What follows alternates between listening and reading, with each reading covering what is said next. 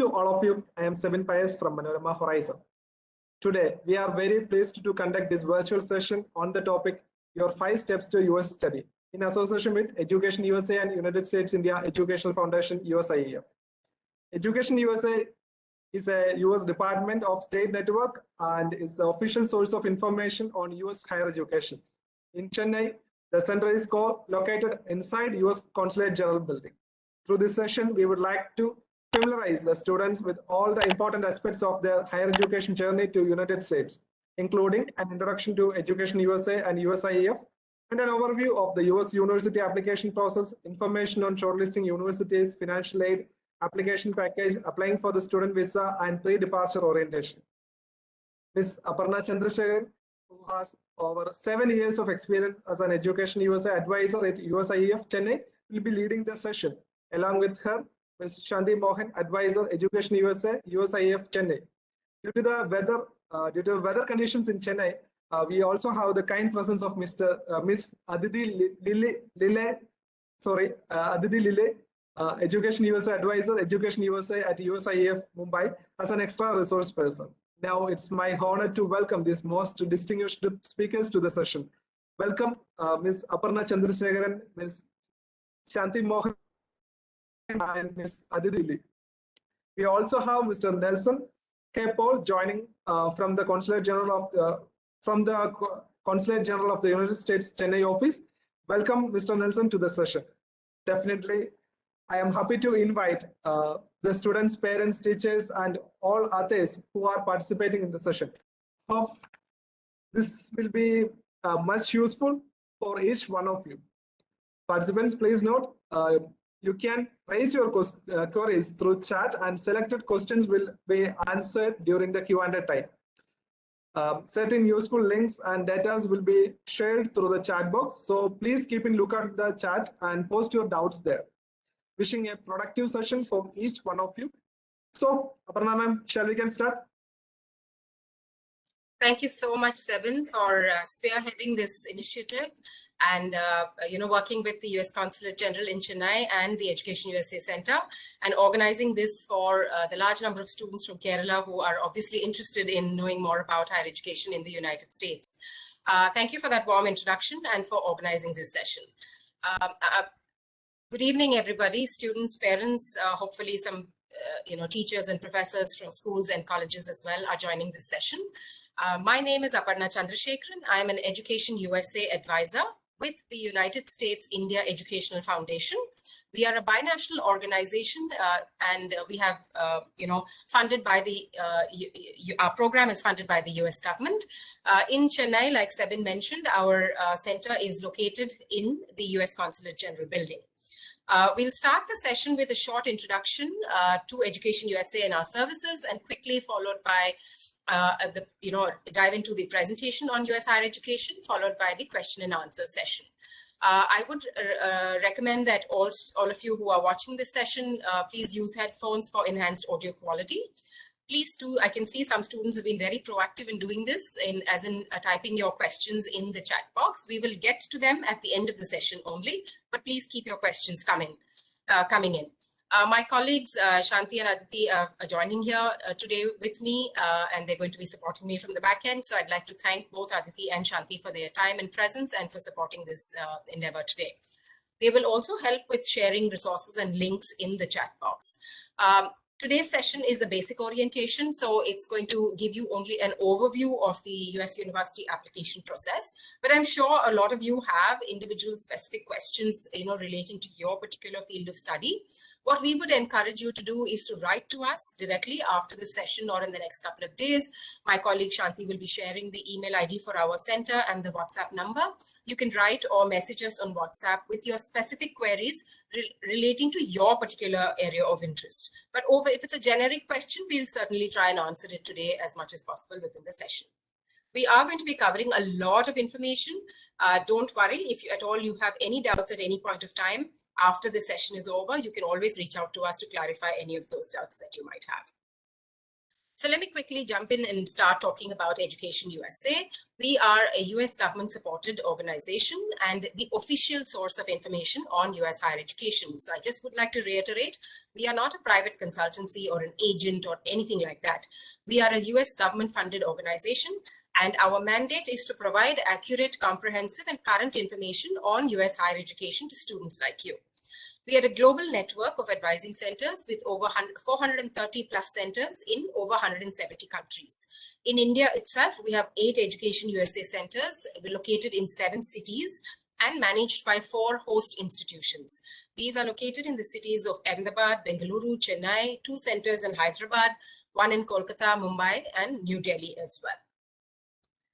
Now, just to give you some statistics about the number of international students in the United States, if you've ever wondered how many students from abroad go to the US for their higher education, then here is the number that you need to know. As many as 9 lakh plus international students are studying in the US, and they are coming from different corners of the world. Pretty much every country in the world is represented in the US.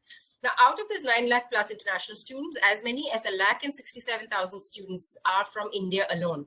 And as you can see from the graphic on the screen, India is the second place of, is in the second place in terms of leading locations of origin for international students. And of course, if you club India and China, then, it's a huge number of international students in the US. As many as 53% of that overall 9 lakh plus numbers are from India alone. So that just tells you how popular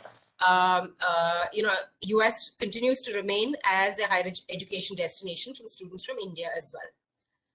So let's start with some basics now. Now, the beginning of the academic year in the United States is called the fall semester. So typically, like in India, after your summer vacation, your high schools will reopen or your colleges will reopen. The same way in the US, after their summer vacation in June, July, August or September is when the colleges and universities open, and that's called the beginning of the academic year. It is also referred to as the fall semester. Universities in the US also admit students in the spring semester, which begins every year in the month of January. And in some universities, they also admit students in the summer semester, which usually begins either in the month of May or June. Okay, so what is really the pathway to higher education in the US? So, in sort of what do you have to, complete to be able to go to the next level of education in the US? So typically, if you are a high school student, for example, in the US, a student would finish what is called as a high school diploma. But in India, you would either finish a state board curriculum, CBSE, ISC curriculum, A-levels or IB curriculum, whatever school you are in. So once you finish your high school, there are 2 pathways to bachelor's degree or undergraduate education. Please remember, the terminology in the US for bachelor's degree is referred to as undergraduate education, whereas the terminology for a master's and a PhD, both together, is referred to as graduate education. So please be familiar with these words because I'll be using those, throughout this presentation. So if a student from high school wishes to pursue an undergraduate education, there are 2 pathways for them. The first one is that they can start off at a community college where they pursue something called as a 2-year associate's degree program. Or they directly apply to a college or a university where they pursue a bachelor's degree program, which is a 4-year bachelor's degree in the US. Okay, so a high school student goes either to a community college or to a liberal arts and science college or a public or private university. At the community college, the student does 2 years of associate degree. After they finish that, they can actually transfer to another college or university, finish the remaining 2 years of their bachelor's undergraduate education, and then get their undergraduate degree. Now, some advantages of going to a community college is the cost of attendance is much lower, the admissions process is much easier, also the smaller classroom sizes and so on. Students can also, after a grade 12 in India, for example, directly apply to a liberal arts and science college or to a public and private university and directly complete the 4-year or 5-year bachelor's degree program, depending on what course they're applying for. And once they are done with that, then of course they can pursue for the graduate or master's program and so on. Now, if you are currently studying a bachelor's degree in India, let's say you are an engineering student, then you're doing a 4-year bachelor's degree. If you're an arts and science student, then you're doing a 3-year bachelor's degree, typically in India. Now, if you're doing a 3-year bachelor's degree, you need to be aware that a lot of US universities will say that we don't accept students who have a 3-year bachelor's degree. They will look for students who have a 4-year bachelor's degree. But does it mean that students with 3-year bachelor's degrees cannot go to the US? No, it doesn't mean that. There are 3 options for students who've done 3-year bachelor's degrees in India. One is there are many universities who do accept 3-year bachelor's degrees from students in India. So you find out which are those colleges and you apply to them directly. There are other colleges which will say no, very clearly. They will say we don't accept 3-year bachelor's degrees and they won't admit you. So you avoid those universities from your college shortlist. The third option is where colleges say we will accept students with 3-year bachelor's degrees, but we need these students to do a credential evaluation. The college or university will give you the name of a credential evaluation service, and you will have to pay for a course-by-course evaluation and submit your transcripts or mark sheets to the evaluation agency, who will review your transcripts for equivalency vis-a-vis what a typical 4-year bachelor's degree program, similar 4-year bachelor's degree program is in the US, and they will submit a report to the university. Based on that, the university will let you know if you are eligible to apply for their master's program or not. Also, there are some options in the US where a student with a bachelor's degree, let's say from India, if that student has a lot of research experience, they may be able to apply directly for a PhD program also. They need not do a master's first before going for the PhD. Now, this is rare, and it will depend on the kind of research profile the student has from the undergraduate level in India itself.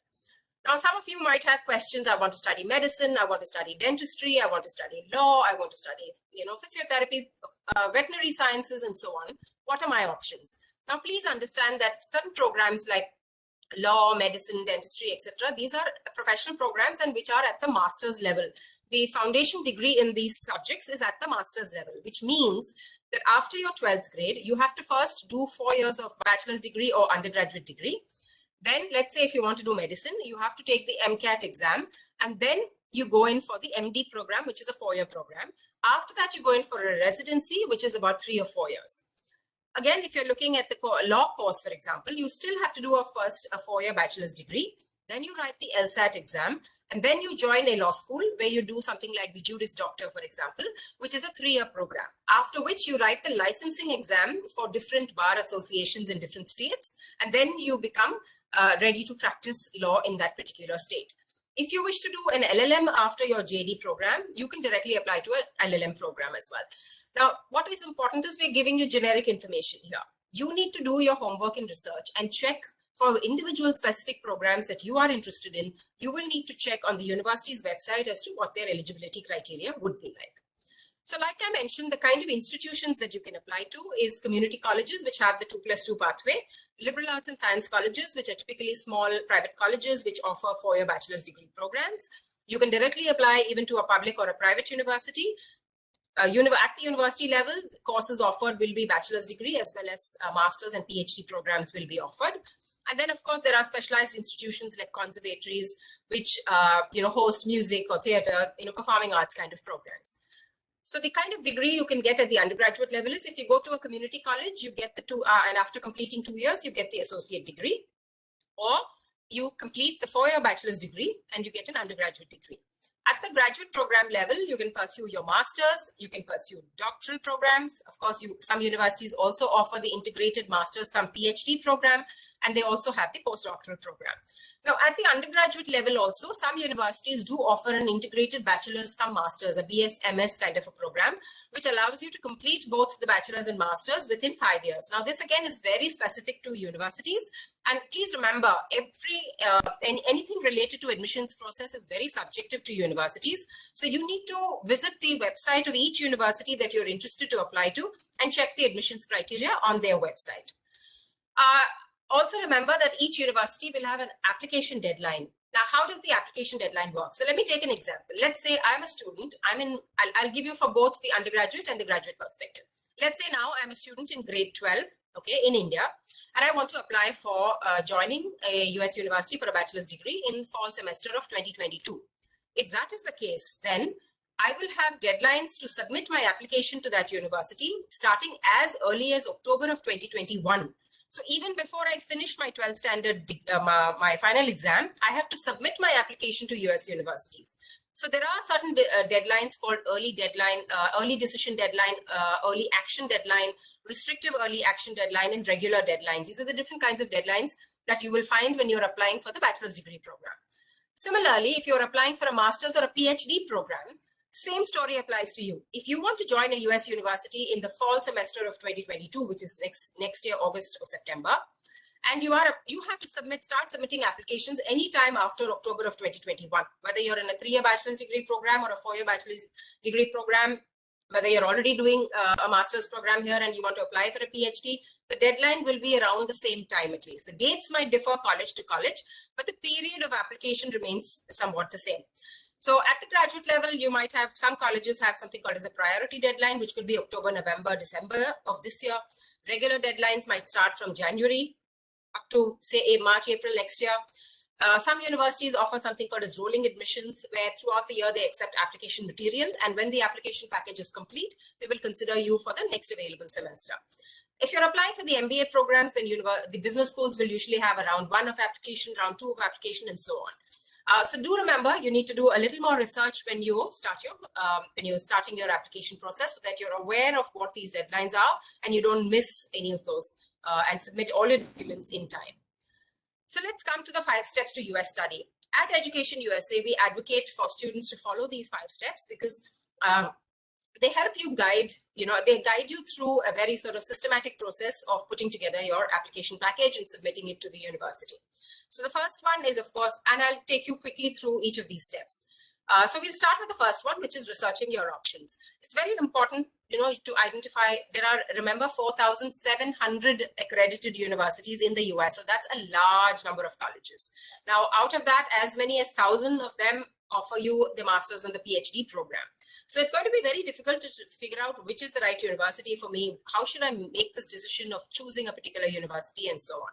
So that's why we suggest you start with this step called researching your options and shortlisting universities. You need to start this process early, at least 12 to 18 months prior to joining the university. You should start your researching activity. So if you want to join in September 2022, you're joining a university, your research and shortlisting should start as early as February of 2021. All right. So just keep that sort of time frame in mind. Now, it's also important to understand, my apologies for this background noise that you're hearing. Today is Kartikeya Deepam festival in Tamil Nadu, and a lot of crackers are going to be burst. So if there is that background noise, my apologies for that. Okay, so it's very important when you're starting this process to define your academic and professional priorities and identify which are the institutions that are the right fit for your interests. Right? We do have a free worksheet that you students can download on our official website, which is educationusa.state.gov. It helps you, sort of define your priorities. I would urge all of you and encourage those of you who are still starting the process to use that worksheet. It will really help you sort of kickstart your application process. While you're shortlisting, there are lots of criteria that you need to sort of go through and understand whether they apply to you. So what are some of the key priorities that you should consider when you're shortlisting universities? One, of course, we advise students start off with creating an Excel sheet, identify whether the program you're interested in or the course that you're interested in is available at that particular college or university, whether the university is accredited. I've highlighted it because accreditation is very important. You want to make sure that the university is a recognized university. So make sure to check the current accreditation status of the university. Acceptance rate, some at public universities, you'll find it's much higher. At private universities, it might be much lower. Then, of course, size of the institution, department, faculty profile, cost of attendance, financial aid, kind of research facilities they offer, what sort of internship and practical training learning opportunities the university or for that particular program they offer. Then, of course, geographical location, housing, campus setting, climate, and what sort of support the International Students Office provides to international students. So these are just some criteria that you should consider when you're shortlisting universities. This is a website for the US Department of Education's database of accredited post-secondary institutions and programs. This is the website you need to go to look up information for accreditation. If you're looking for community colleges, then the American Association of Community Colleges website is quite comprehensive. So that's the website you should look at. Don't worry, my colleagues will be sharing the links for all of this in the chat box, so you can always make a note of it from there.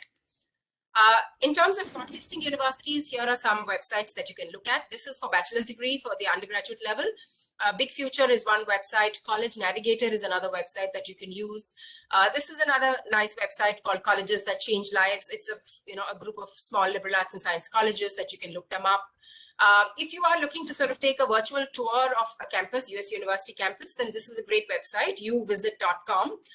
There are some 600 plus colleges that have provided a campus tour, virtual campus tour. So you can take a look at what facilities they offer, etc. on this website.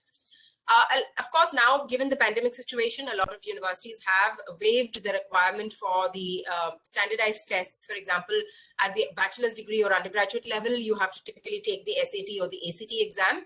And if you want to find out if a particular college is requiring that particular test for the international students, then this is the website that you should be looking at.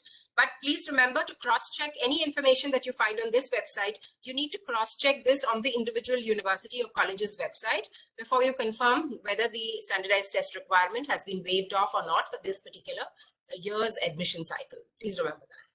If you're applying for master's degrees, of course, there is Peterson's and gradschools.com, which are good websites that you can look at. MBA.com or GMAC or even Poets and Quants is good for MBA programs. For PhD, you can look at the PhD study portals and so on. There are many websites that you can look at. There are some career resources also that's available. So there's the ONET, which is the US Department of Labor's career resources website, and the University of Berkeley in California has its own career resources. So some of these, again, I would encourage all of you to look at so that you get an idea of where a particular course leads to in the future. So those are some resources you can look at. Now let's talk about step 2, which is figuring out how you're going to pay for your education. So before you even sort of start the process, you need to have a chat with your parents to find out whether, how much of support they can give you for your higher education abroad, in particular in the US, because it can be expensive to study abroad. So once you know that this is how much your parents can support you, you are then able to figure out where you're going to be able to get the remaining resources from. So you do need to prepare a budget to understand what it will cost you in the first place. You need to then identify what are the different sources of funding. And then, of course, whether you'll be able to get some paid internships or not. And then you make a financial plan, prepare your documents, and you submit all of this in time for the university's deadline. So what is the typical cost of attendance at a US university? You will have the educational and the living expenses that you will have to account for. So in terms of your academic expenditure, you will have tuition and fees, which is your educational instruction fees, your facilities, lab equipments, libraries, books and supplies, etc. And if you're looking at living costs, then room and board, transportation, personal expenses, utility bills, health insurance, security deposit, and so forth. Now, typically what it is going to cost you to study in the US, if you're applying to, let's say, a community college, it could be anywhere between $20,000 to about $30,000 per year, all inclusive. If you're applying, and this is just a range I'm giving you, you'll have to check the cost of attendance for each college or university individually on their website. If you're applying to a public university, the cost can start anywhere from about $30,000 going up to about $50,000 or $55,000 per year. And if you are applying to a private university, it could start anywhere at $40,000, $45,000 per year, and it can go up even up to about $75,000 or plus $75,000 plus each year, all inclusive. Okay, but like I said, cost of attendance is very specific to each college or university. So I'm only giving you a range. Once you decide these are the XYZ colleges that you're interested to apply to, you need to go to their website and check the actual cost of attendance for that particular year that you are applying. What are some of your financial aid resources? Now, at the undergraduate or bachelor's degree level, universities do offer merit-based scholarships as well as need-based scholarships. Now, for these, to get need-based scholarships, students will have to fill out forms, which are called like the College Scholarship Service Profile Form or the International Student Financial Aid Application. If you are applying for the master's or PhD program, then you will have a combination of kind of funding that you can get. It could be scholarships, it could be departmental fellowships, it could be or even external fellowships like the Fulbright, for example, or it could be assistantships. Now, there are three kinds of assistantship: graduate assistantships, which are like admin jobs that you do on campus; teaching assistantship, where you take on a teaching role. As a master's or a PhD student, you may be required to teach. Let's say, take courses for undergraduate students. You might be taking foundation level courses. You might be preparing tutoring students or preparing material and so on for them. Then there is research assistantships, where you assist a professor in their research work and you get paid for it in the form of tuition waiver or a stipend if bought. So both for teaching assistantship and research assistantships, you could the kind of funding could be in the form of a tuition partial or a full tuition waiver, plus some stipend could be offered. But please remember, this is not the standard one size fits all for every college and university. You have to check individually with each college and university you are applying to find out what kind of financial aid is offered to you as an international student. Even within the university, between departments, there could be a difference in the kind of financial aid they offer. But I'm just telling you typically what kind of financial aid international students can get. Now, in addition to the university-specific funding, which I have mentioned on the top of the screen, students can also apply to their local, national, or state governments to find out if any scholarships are available from them. Then there are also private trusts and foundations in India, like the Tata Trusts. There is the Inlac Foundation, Mahindra Foundation, and so on, which also provide some kind of funding for Indian students who are going for their education abroad. Now, if you are interested in getting a list of these private trusts and foundations, you can send an email to our office in Chennai, and we'll be happy to send you that list. As we share that list only for information purpose, we don't recommend or endorse any particular organization which we have mentioned in that list. We've just collated it as a useful resource for students, and we'll be happy to share that list with you if you send us an email asking for it. Now, if you are a US citizen who has done their high school in India or the college in India, you could consider applying for federal aid from the US government. And to be able to do that, you have to go to this website called FAFSA. So this is the FAFSA website is only for if you are a US citizen. But if you are an international student, as in if you hold an Indian passport, then of course you can apply for the university specific funding or other sources of funding that are available to you. One good resource to explore for funding is the Education USA's website. We have the Finance Your Studies page, and even on the home page, there is a link to a range of scholarships which are being offered by different universities, which have been collated and put together on our official website.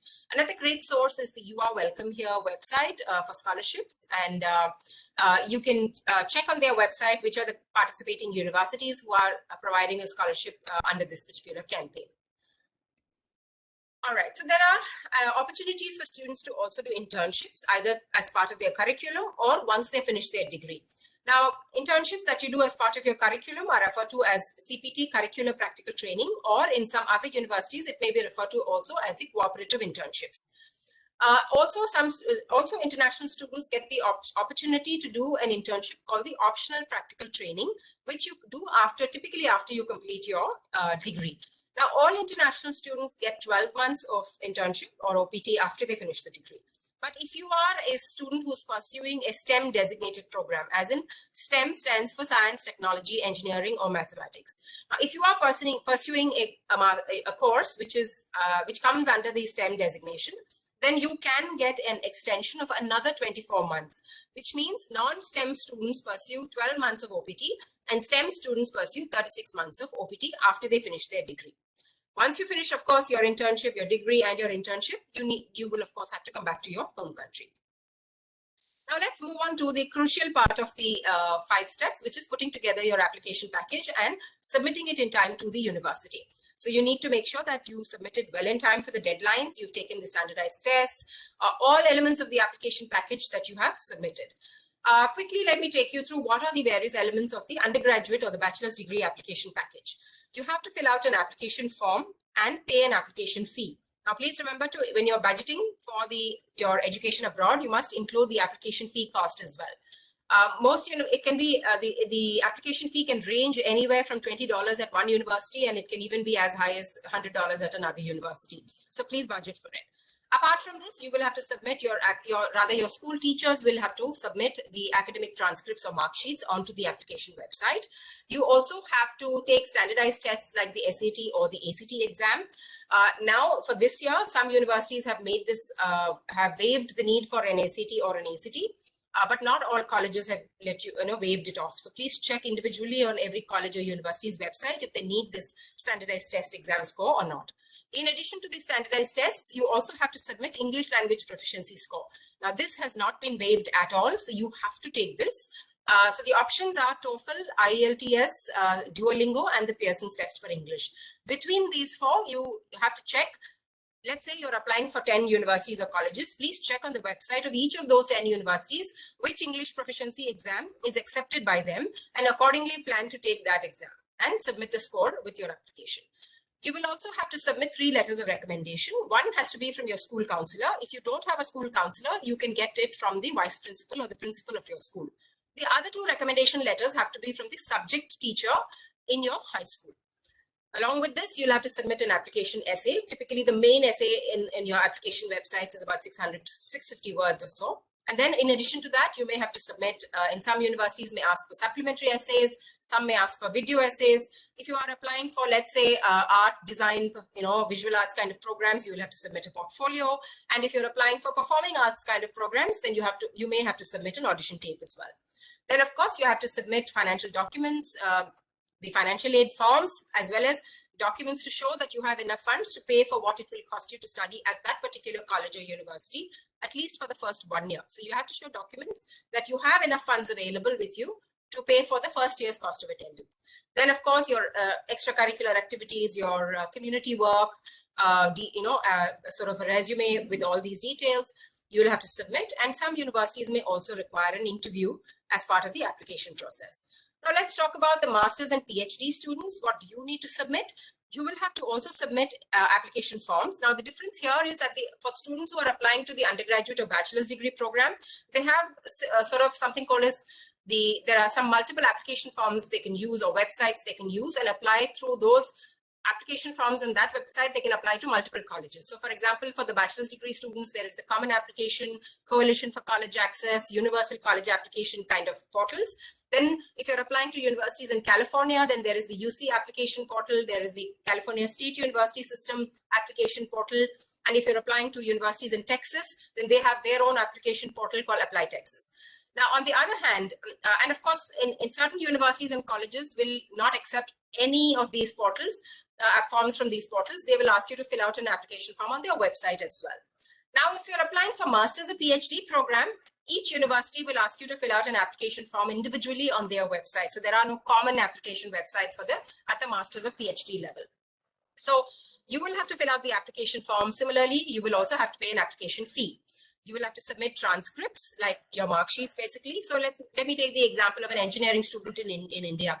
If you are a current student in college, then you should submit up to the 6th semester of your mark sheets. You will have to submit with your application form to the university. So remember, even before you finish your degree, you have to submit your application. So up to the 6th semester, for example, you're submitting. Now, you will have to also submit standardized test score. If you're applying for MS programs, MA programs, they will require GRE. If you're applying for business school, for the MBA kind of programs, they will need the GMAT. There are some business schools now which also accept the GRE. So please do your homework, check which standardized test is accepted by all the colleges that you're interested to apply to, and accordingly plan to take that exam and submit the score. You will also have to take the English language proficiency score. So you have, again, the choice of TOEFL, IELTS, Duolingo, or the Pearson's test for English. Again, please check on each university's website which English language exam is preferred by that university. And if the majority of your shortlisted universities prefer one particular English proficiency test, then please take that particular test.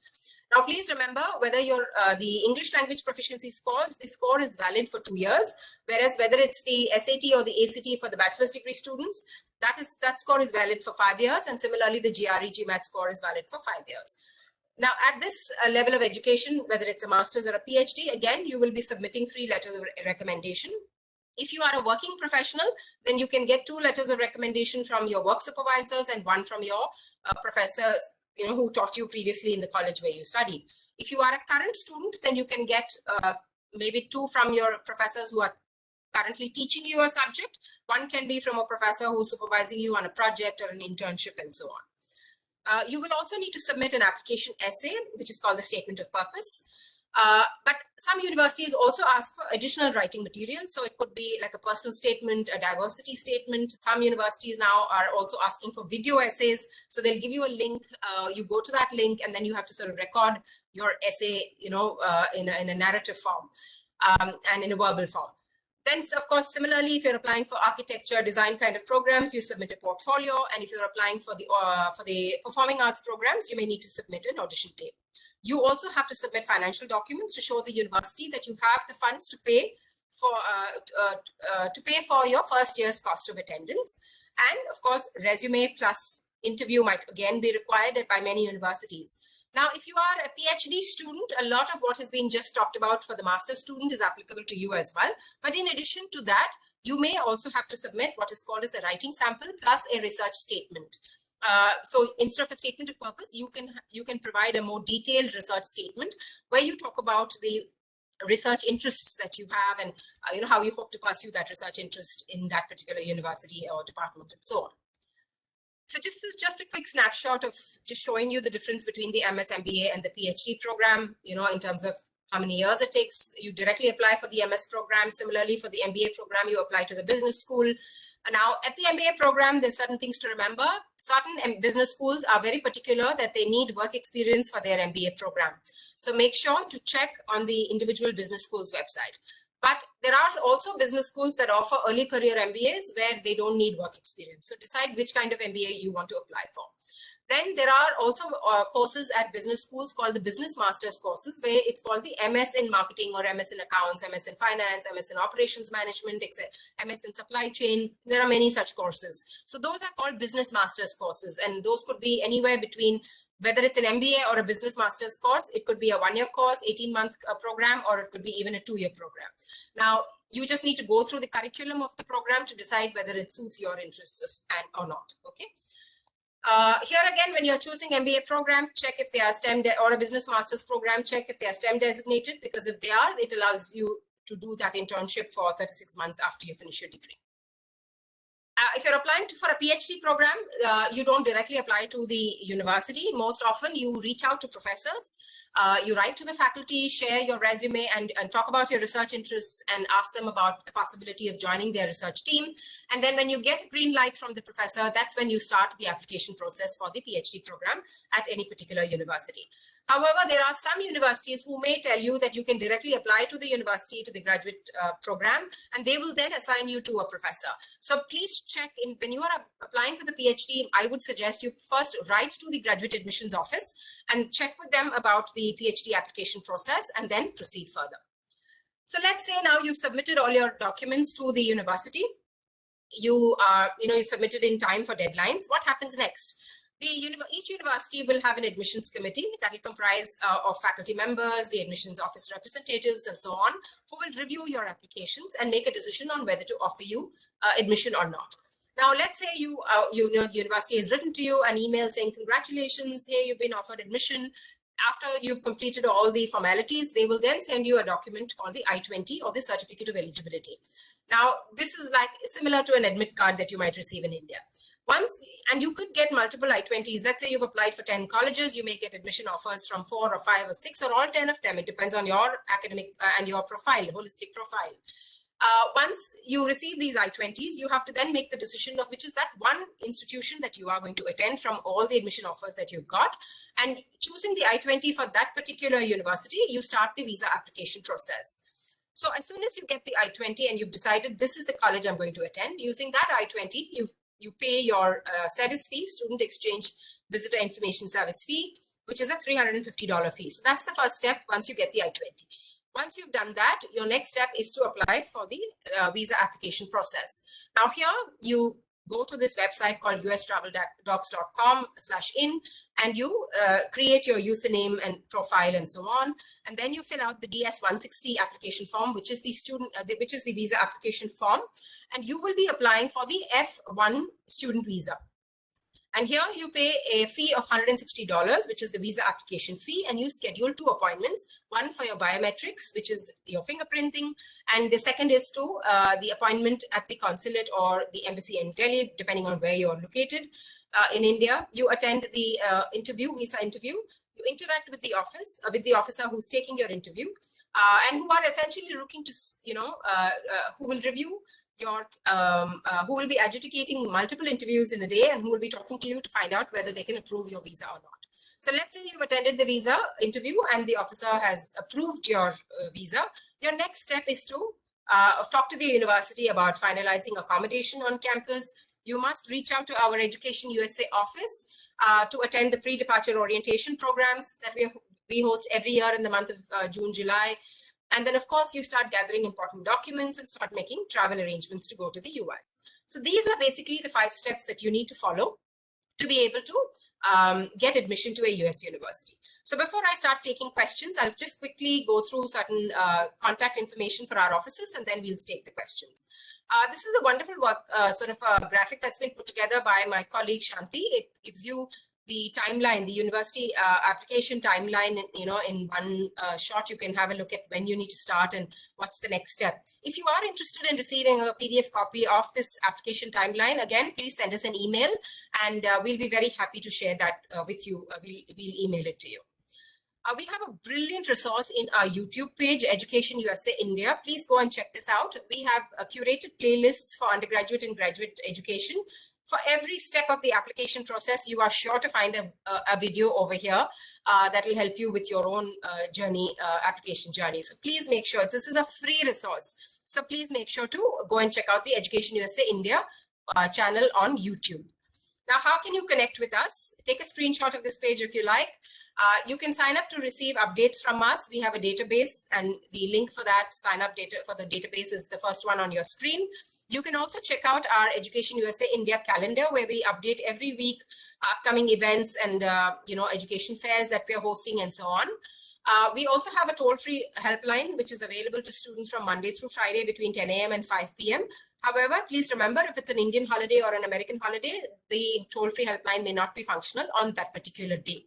And also on weekends, it is not functional, but otherwise on all working days, you can talk to an Education USA advisor.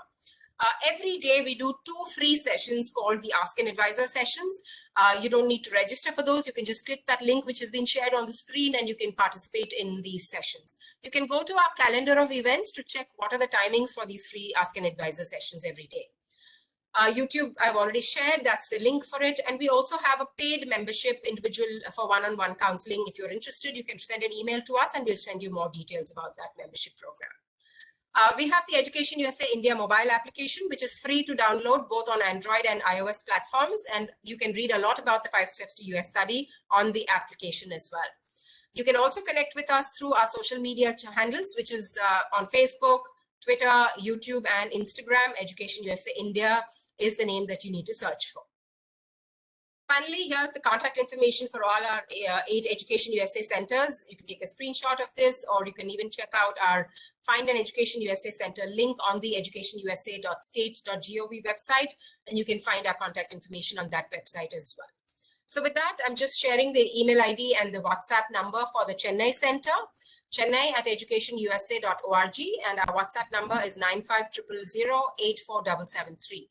So do reach out to us if you have very specific questions, or if we aren't able to, we have another 15 minutes or so to go for the presentation to end today. So if we aren't able to get to your question, don't worry. You can write to us or send us a WhatsApp message, and we'll be happy to answer your question. Manorama Horizon, learning made simple.